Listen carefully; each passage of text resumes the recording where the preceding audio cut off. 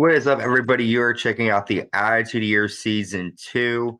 We are covering all things 1999 in the WWE, and we have just recapped WWE SummerSlam 1999. So we are a night after the pay-per-view, a crazy night, and Raw is War is coming to you live from August 23rd, 1999, from Iowa State University, Iowa. And we start out the night with photos from SummerSlam where we saw Mankind become the new WWE Champion. And Jim Ross comes out to start Raw and he calls out Mankind to the ring. But Triple H walks out with Chyna, and Triple H says, "There is not going to be any celebration, not at my expense. I've been screwed a million times. Last night was my night, and I was screwed. Right from the beginning, I earned a shot to be the number one contender, and I get it taken from me. The bar kept being raised, and every time I rose to the occasion, I get a bogus referee who won't count three when I had the pin. Was I to be held down because of fear that I be the man? One-on-one, bam, pedigree to Stone Cold Steve Austin. Jim Ross, I felt it. The air came out from his soul. But then Mick Foley steals my thunder. That's bullshit. I cripple the rattlesnake. Stone Cold Steve Austin will never, ever be the same again. He was done. Now Stone Cold Steve Austin is watching this promo in a hospital bed with his legs in the air like a prostitute.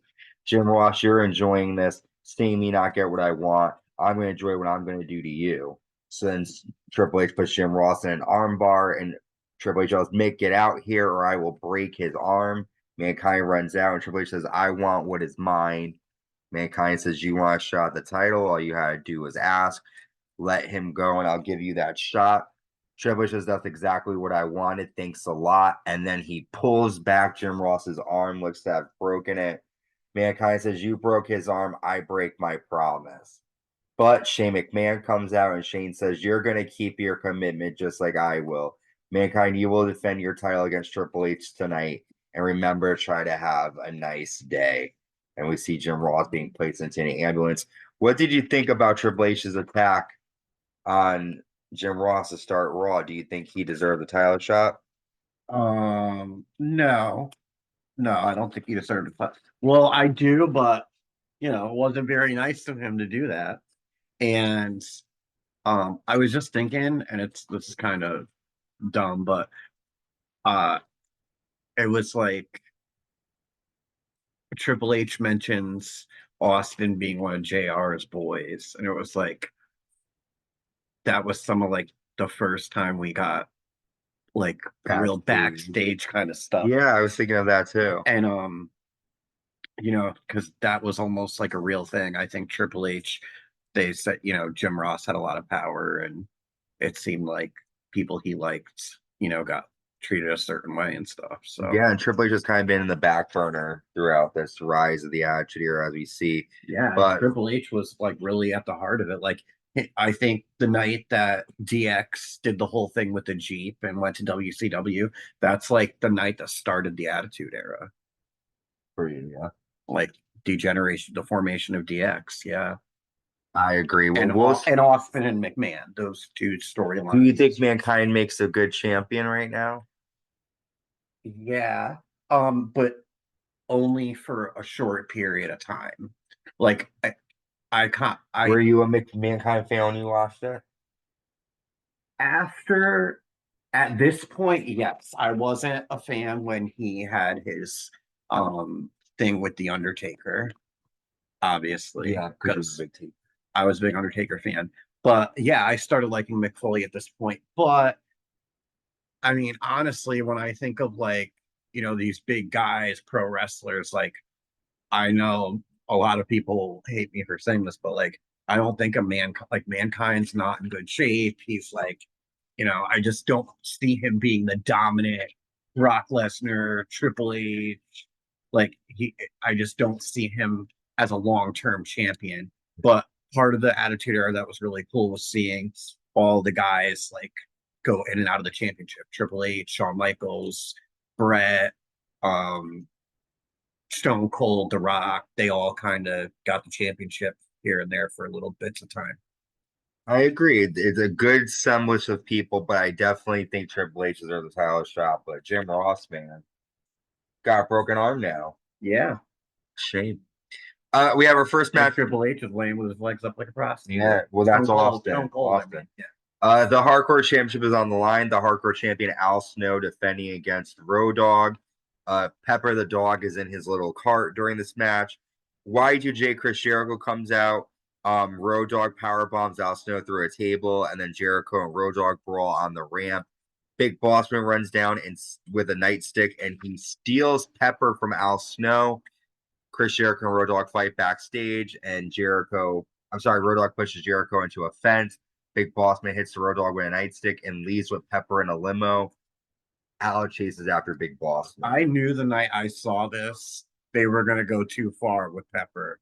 Poor Pepper. And I was right. Pepper was cute. But you knew they were going to do something messed up when they took that dog.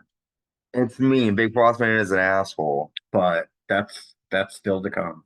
So what do you think about Chris Jericho and Road Dogg right now, too, fighting? Well, I definitely Road Dogg's one of like my top favorite wrestlers of all time. I love Road Dogg. And I did not like Jericho at this point.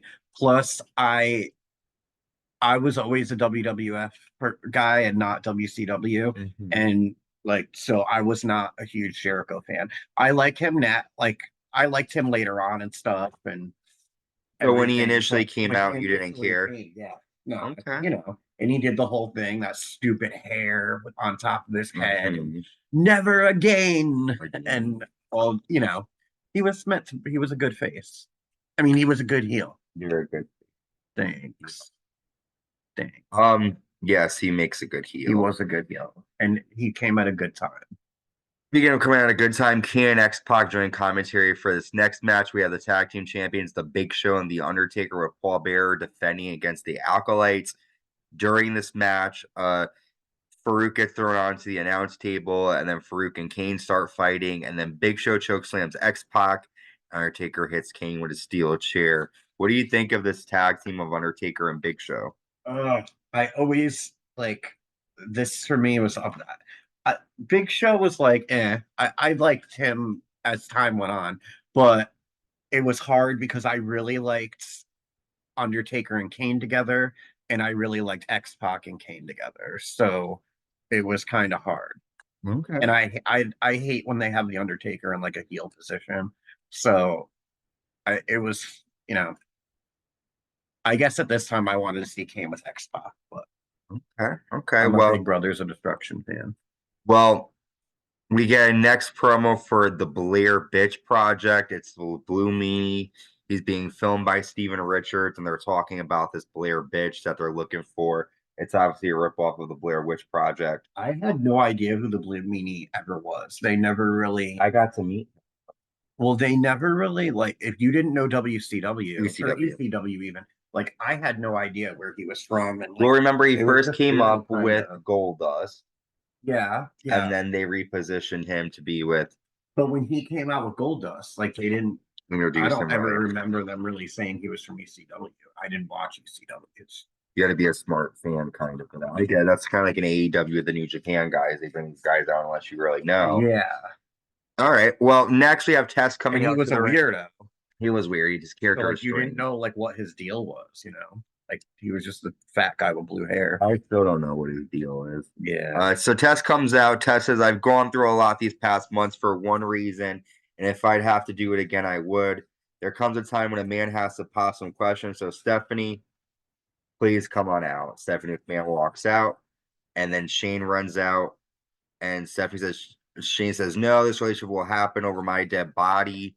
Stephanie says, how could you? I love Andrew. Everything is about you. I'm your sister. Tess says, forget about him. Tess proposes Stephanie. Stephanie says, I love you, but I just need some time. And Tess says, I understand. And they hug. Would you be okay if I said I needed time? He seemed a bit too happy. You would have got a pedigree. I would have gotten a pedigree. You needed some time. I think I would like it, though. That's the problem. What do you think about this? Tess beats Shane McMahon at SummerSlam. Now Shane can't get involved. He proposes to Stephanie, and Stephanie says, she doesn't say no, but she doesn't say yes. She says, I need some time. Or. Who does that? I mean, but I think the whole point was like she needed. I don't think it was a matter of her not want. I think it was more like she had to clear up the stuff with the family. That's what she was like trying to. Okay. Clear up stuff with the But family. then she does what she does. So We see Chris Jericho backstage with Howard Finkel, and he's upset that Howard allowed Road Dogg to attack him. And Chris Jericho says, I need a warrior that will fight for me. Do you understand? And Finkel says, yes. We'll see more of that later on. Kind of dumb. Intercontinental Champion Jeff Jarrett, Debra, and Mark Henry come out. Jeff Jarrett says, we did it. First of all, sexual chocolate. I want to give you a gift. Consider yourself the new European champion. And then he says, my precious Debra, what a beautiful plan from start to finish. I got a special surprise. Being the executive director, union assistant tonight, you got Miss Kitty. Miss Kitty comes out and shakes Debra's hand. And Judge Jarrett says, without a shadow of a doubt, I'm the greatest Intercontinental champion of all time. I signed an open contract that's on the locker room door. Whoever wants a match, come get me. So let's talk about that. We have the introduction of Miss Kitty. Mark Henry gets the European title. Judge Jarrett has an open challenge. What did you think of all of this? It was cool. How long had Mark Henry been in at this point? Mark Henry started in '96. Okay, so about like 3 or 4 years. Yeah, I mean, Mark Henry was good as time went on, but he was like, I don't know. I don't have a lot to say about No, that. that's okay. Well, I mean, basic segment, just a way to introduce Miss Kitty, to give Mark Henry the title, and to promote Jeff Jarrett. So Mark Henry's supposed to fight Meat, but D'Lo Brown attacks Meat backstage, and he comes out to fight Mark Henry. You better recognize. Yep. During this contest, D'Lo hits a drop kick, a leg drop, and then nails the lowdown. But then Jeff Jarrett attacks D'Lo and Jarrett, and Mark Henry leaves. So Henry and D'Lo Brown now have former friends, are now going to be going at it. We see Mr. Ass backstage telling Chyna to wait by the door and not let anyone sign while he looks for a pen. But then Chyna says, okay, and then signs the slip. She wants to fight Jeff Jarrett. Mr. Ass is looking for Chyna backstage, and he calls her a bitch. The Rock comes out next, and The Rock says in about 30 seconds, the jabroni Gangrel is going to come down. I'm going to fill your cup with monkey piss and serve it straight up your ass. And we see The Rock get the clean victory over Gangrel after a rock bottom in people's elbow. However, during the match, the New Brew try to attack The Rock, but Edge and Christian chased them off. Let's talk quickly about the match. The Rock got the win. Before the match, though, we saw Mr. Ass and Chyna. Did you think Chyna was going to sign that contract? Oh, for sure. I was back then when you saw it, when you first watched it. Well, as soon as she grabbed the pen out of her bra, I knew. And honestly, I think Chyna should have got the chance. She deserved it. Okay. And then with this match, she held her own with guys at that point. She was in the Royal Rumble match this year. Yeah.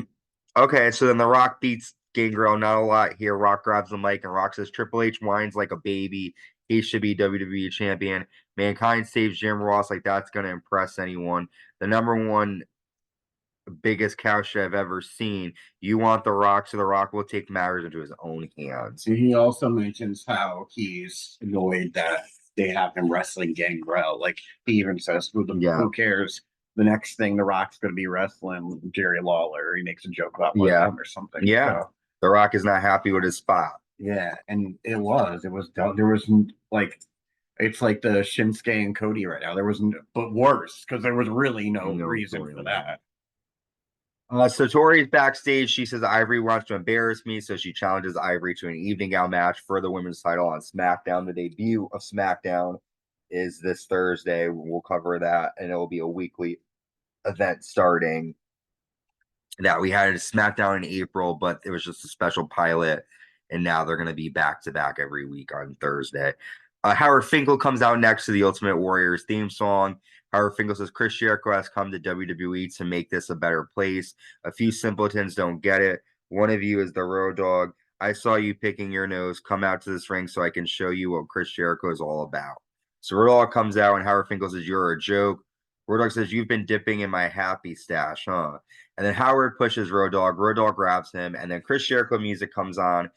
Road Dogg stops to look at the Titantron, but then Jericho attacks Road Dogg from behind. Jericho hits a double power bomb and then puts his foot on Road Dogg and poses. So another segment with Chris Jericho and Road Dogg. Chris Jericho getting the advantage. What do you think? It was good. I love Road Dogg, and he whooped his ass. It was cool. I never realized all the marijuana references Road Dogg. Like when I was younger, I didn't realize like how much he was saying. He was putting it out there. Definitely was. I wish I was doing pot. I was doing 5 doing cocaine pot. I said cocaine. That's great. I know. Why would you say that? Pot. Sorry. You're like the most non-drug person ever. Mr. Ass tells Triple H backstage, if you see Chyna, tell her I'm looking for her.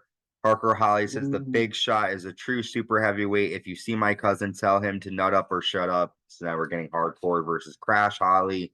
They fight backstage, and Crash sends Holly into a garage door, and that ends the match. And this is the beginning of years of them fighting. And well, right now their gimmick is they're the biggest super heavyweights in WWE. Right.